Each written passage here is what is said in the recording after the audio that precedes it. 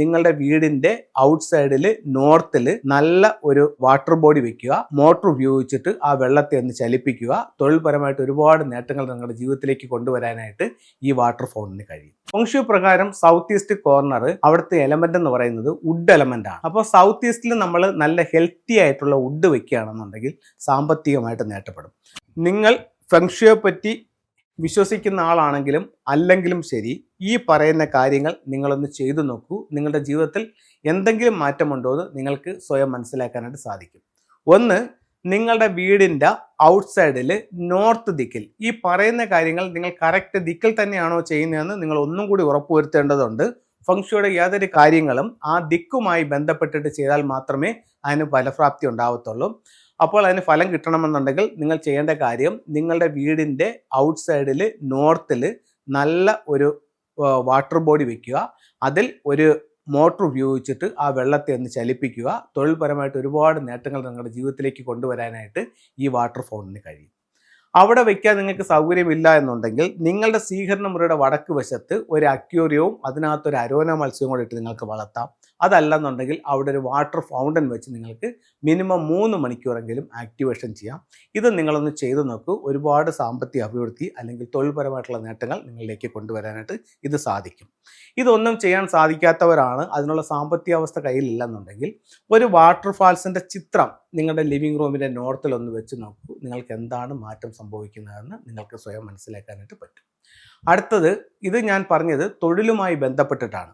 Chinese വാസ്തുകലയായ feng shui പ്രകാരം ഏതൊരു വീടിൻ്റെയും north തൊഴിലിൻ്റെ ദിക്കാണ്. ഒന്നുകിൽ വീടിൻ്റെ ഔട്ട് സൈഡിൽ നോർത്തിൽ ചെയ്യാം, അല്ലെങ്കിൽ വീടിൻ്റെ ലിവിങ് റൂമിൻ്റെ നോർത്തിൽ ഈ പറയുന്ന പരിഹാരങ്ങൾ നിങ്ങൾക്ക് ചെയ്യാവുന്നതാണ്. അടുത്തത്, സമ്പത്തിൻ്റെ ഡയറക്ഷനായ സൗത്ത് ഈസ്റ്റ് എന്ന് പറയുന്ന തെക്ക് കിഴക്ക് അഗ്നികോണിലേക്ക് നമ്മൾ പോവുകയാണ്. ഫെങ്ഷുയി പ്രകാരം സൗത്ത് ഈസ്റ്റ് കോർണർ അവിടുത്തെ എലമെൻ്റ് എന്ന് പറയുന്നത് വുഡ് എലമെൻ്റ് ആണ്. അപ്പോൾ സൗത്ത് ഈസ്റ്റിൽ നമ്മൾ നല്ല ഹെൽത്തി ആയിട്ടുള്ള വുഡ് വെക്കുകയാണെന്നുണ്ടെങ്കിൽ സാമ്പത്തികമായിട്ട് നേട്ടമുണ്ടാവും. അതിന് മെയിനായിട്ട് ഉപയോഗിക്കാവുന്ന ഒരു ഇത് പ്ലാന്റ് എന്ന് പറയുന്നത് ലക്കി ബാമ്പു എന്ന് പറയുന്ന ചെടിയാണ്. ഒരുപാട് പേര് മണി പ്ലാന്റുകൾ ഉപയോഗിക്കുന്നുണ്ട്. മണി പ്ലാന്റുകൾ ചില വീടുകളിൽ കുറച്ച്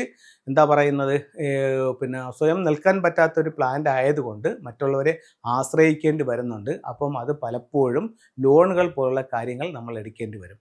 അപ്പോൾ ആ ഒരു പ്രശ്നം അവിടെ വരാനുള്ള സാധ്യതയുണ്ട്. അപ്പം ഇവിടെ മണി പ്ലാന്റ് ഒന്ന് ഒഴിവാക്കുന്നത് നല്ലതായിരിക്കും. അല്ലെങ്കിൽ അതിനെ പടർന്ന് കയറാത്ത രീതിയിൽ അതിനൊന്ന് ബുഷ് പോലെ കട്ട് ചെയ്ത് ഇട്ട് ചെയ്യുന്നതും നല്ലതായിരിക്കും. അപ്പോൾ നമുക്ക് പ്ലാന്റുകൾ ഉപയോഗിക്കാം. അതുപോലെ തന്നെ മഞ്ഞ മുളച്ചെടികളും തെക്ക് കിഴക്ക് ഭാഗത്ത് വയ്ക്കുന്നത് സാമ്പത്തികമായിട്ട് നല്ല ഉയർച്ച ഉണ്ടാകും.